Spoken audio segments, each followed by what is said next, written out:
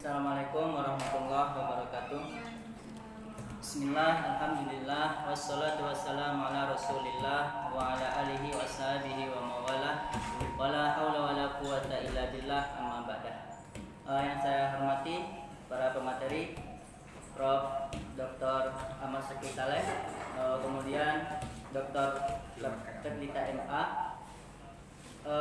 Baiklah, di sini saya akan menyampaikan beberapa hal yang berkaitan dengan terjemahan Al-Quran yang sebenarnya sudah dijelasin tadi sama Prof. Sukri maupun Ibu Teklita itu secara mendalam. Baiklah, saya akan menjelaskan hal yang berkaitan dengan pro dan kontra terhadap terjemahan Al-Quran. Jadi bagaimana cara kita menyikapi pro dan kontra penerjemahan Al-Quran.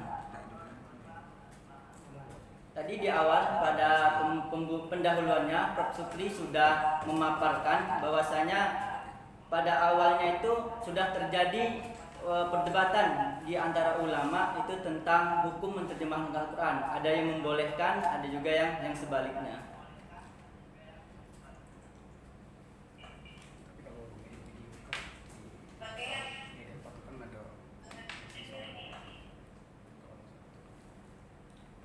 Kemudian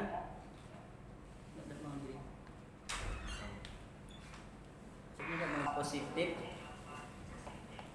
dengan adanya penerjemahan Al-Quran ini, itu diharapkan merupakan salah satu upaya untuk memasyarakatkan Al-Quran itu sendiri ya, kepada terutamanya masyarakat awam. Kemudian membuat supaya masyarakat ini semakin tertarik untuk membaca, memahami maupun mempelajari kandungan Al-Quran itu sendiri. Nah, kemudian ada juga dampak negatif ketika kita melakukan penerjemahan Al-Quran ini. Itu yang pertama, ada sebagian komunitas maupun masyarakat itu menganggap bahwasanya terjemahan suatu kata yang terdapat di dalam Al-Quran itu yang sudah diterjemahi, nah itu merupakan sesuatu yang paling benar gitu. Nah, ini juga menimbulkan konflik di kalangan masyarakat kita. Kemudian dengan sekarang ini sudah banyaknya beredar penerjemahan yang mana antar satu terjemah dengan terjemahan yang lain itu berbeda. Nah, ini juga bisa menimbulkan polemik gitu di kalangan umat bagi mereka yang awam gitu. Nah, kemudian hal yang harus kita pahami, sebagai terhadap terjemahan Quran, sebagaimana tadi awal pembicaraan yang dipaparkan oleh Dr. Teklita, beliau sudah menyinggung. Yang harus kita pahami bahwasanya terjemahan Al-Quran ini dilakukan itu sebagai upaya untuk memahami Al-Quran kepada non-Arab, karena kita tahu tidak semua orang itu paham bahasa Arab gitu. Nah, kemudian makna yang terdapat di dalam terjemahan Al-Quran itu bukanlah satu-satunya makna itu yang dimaksud oleh Al-Quran, tapi melainkan makna yang telah dipilih di dalam terjemahan itu sudah disepakati oleh tim terjemah gitu. Nah, makanya tadi sudah disebutkan ada beberapa kata yang terjemahkan yang sangat sensitif. Nah, itu bisa menimbulkan polemik. Kemudian harus kita ketahui bahwasanya sebagus apapun, seindah apapun terjemahan itu, dia merupakan produk manusia. Nah, tentu tak luput dari yang namanya kekurangan dan keterbatasan. Nah, yang mana untuk memahami Al-Quran ini kita perlu keilmuan yang lain gitu dalam memahami makna Al-Quran gitu. Seperti kitab Wujuhan Nazair kalangan Al-Asfahani misalnya, itu pun beliau dalam menafsirkan, menjelaskan makna suatu ayat, itu masih bereferensi beberapa kitab tafsir gitu. Sedangkan kitab tafsir masih banyak yang lain. Oke, itu saja. Sekian. Mudah-mudahan bermanfaat. Mohon maaf jika dapat kesalahan. Saya akhiri. Assalamualaikum warahmatullahi wabarakatuh. Apakah ada di antara kalian mengambil sebuah pelajaran? Jadi untuk mengambil sebuah pelajaran dari Al-Quran dan Al-Quran itu pun sendiri mengatakan dan mengklaim bahwasanya Al-Quran itu sendiri adalah petunjuk bagi seluruh umat, bagi manusia, bagi al-muttaqin, orang-orang bertakwa. Tentu kita punya problem dalam mengambil petunjuk tersebut. Nah, lain ceritanya kalau kita semua itu atau bahasa ibu kita itu bahasa Arab, tapi nyatanya tidak. Bahkan sebagian besar dari kita itu tidak berbahasa Arab pada bahasa ibunya. Jadi, maaf Pak, saya buka slide dulu. Nanti kalau tidak buka slide tidak ada power kalau power ini tidak dibuka. Bentar Pak ya. Oke.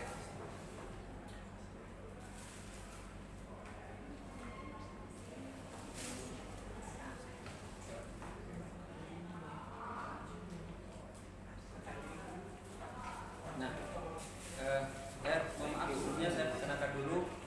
Nama saya Al-Fajri, mahasiswa IAT semester 6, memasuki semester 7.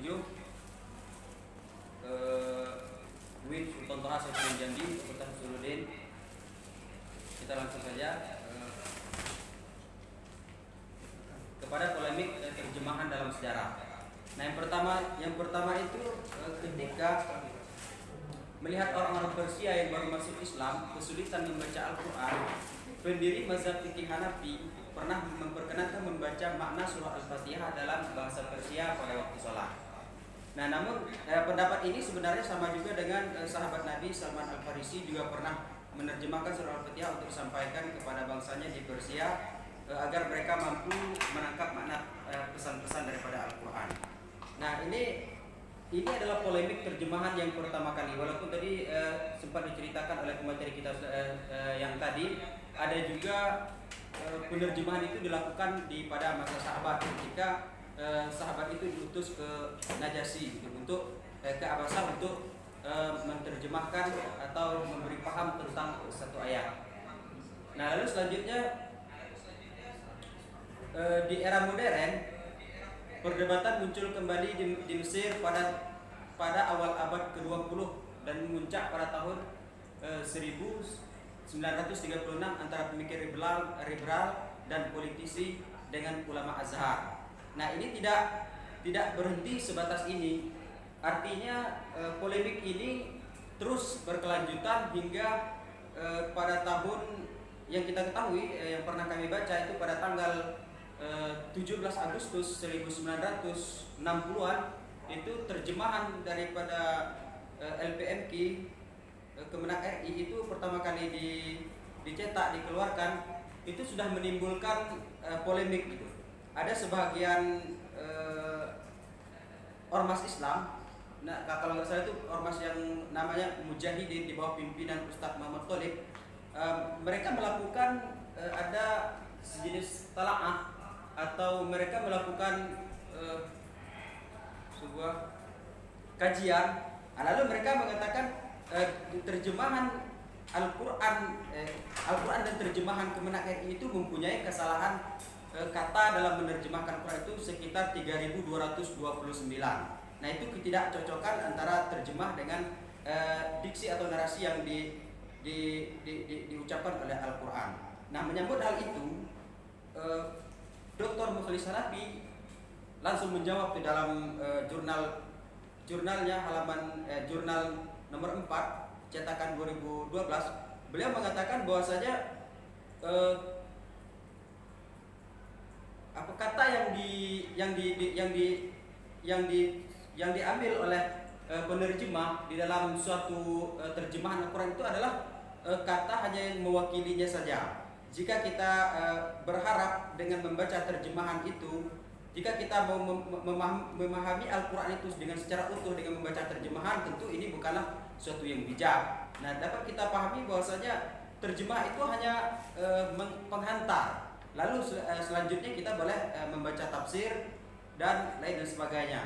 Tentu kita harus memperhatikan banyak ilmu yang berhubungan dengan untuk memahami Al-Quran itu sendiri. Seperti ada ilmu al-wujuh wan nazair, beliau juga bilang kalau seandainya ingin memahami satu tema di dalam Al-Quran, contohnya seperti jihad dan qital, kita tidak boleh berpacu kepada satu ayat. Untuk kita harus memperhatikan ayat yang lain. Nah, itulah yang dinamakan dengan mana sebetul ayat atau juga memandang dari aspek al-wujub wa nazair. Contohnya itu dalam kata wahyu. Kata wahyu itu sendiri kalau dalam Al-Qur'an itu memiliki 4 makna.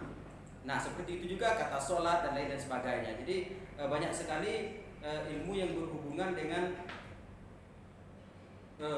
untuk memahami bahasa Al-Quran itu sendiri. Selanjutnya saya ke slide selanjutnya itu ada perkembangan tafsir di Indonesia menurut Howard M. Petersfield. Nah, beliau ini adalah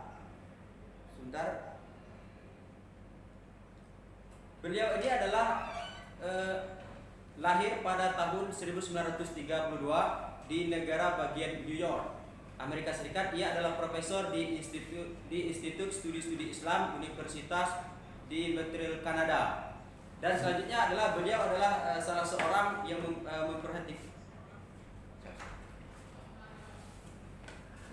memperhati perkembangan tafsir dan terjemahnya di Indonesia. Beliau melakukan pembabakan atau membagikan generasi perkembangan tafsir di Indonesia itu kepada 3 generasi. Yang pertama itu sekitar awal abad 20 pada tahun 1960-an, ditandai dengan penerjemahan yang didominasi oleh model tafsir yang terpisah dan cenderung pada surat tertentu sebagai objek tafsir. Nah, ini beliau mengatakan ini pembabakan yang pertama di generasi yang pertama. Selanjutnya generasi yang kedua itu seperti apa? Generasi yang kedua itu pada pertengahan 1960-an. Penyempurnaan dari generasi pertama ditandai dengan adanya penambahan catatan kaki, terjemahan perkataan disertai dengan indeks yang sederhana. Nah, ini sudah lumayan mulai melebar gitu dari generasi yang pertama kepada generasi yang kedua. Nah, selanjutnya ada generasi yang ketiga itu mulai tahun 1970-an, merupakan penafsiran lengkap dengan komentar-komentar luas terhadap teks dan disertai juga dengan terjemahannya. Ya, saya tidak menjelaskan terlebih dalam mengenai hal ini. Tadi juga sudah dijelaskan oleh pembateri kita, Dr. Revlita MA, tentang pembaharuan antara dari generasi tafsir yang sebelumnya kepada tafsir yang selanjutnya, atau terjemah yang sekarang, yang tafsir yang terjemah yang sebelumnya itu apa saja yang ditambah dan apa saja yang dikurangi. Jadi masuk slide terakhir, kesimpulan dikemukakan oleh Petersfield ini ternyata sepenuhnya tidak benar. Nah, fakta lain menunjukkan bahwa periode pertama sudah ada karya tafsir lengkap seperti Tarjuman Al-Mustafid, karya Abdul Rauf As-Singkili, dan Marahul Labib karya Syekh Muhammad Nawawi. Dan di periode kedua pun itu terdapat tafsir lengkap 30 juz dan komentar luas seperti Tafsir Al-Azhar karya W. Hamka. Hanya saja secara umum karya yang ada memang cenderung seperti yang dikemukakan oleh Petersfield. Nah, mungkin ini saja yang dapat saya sampaikan.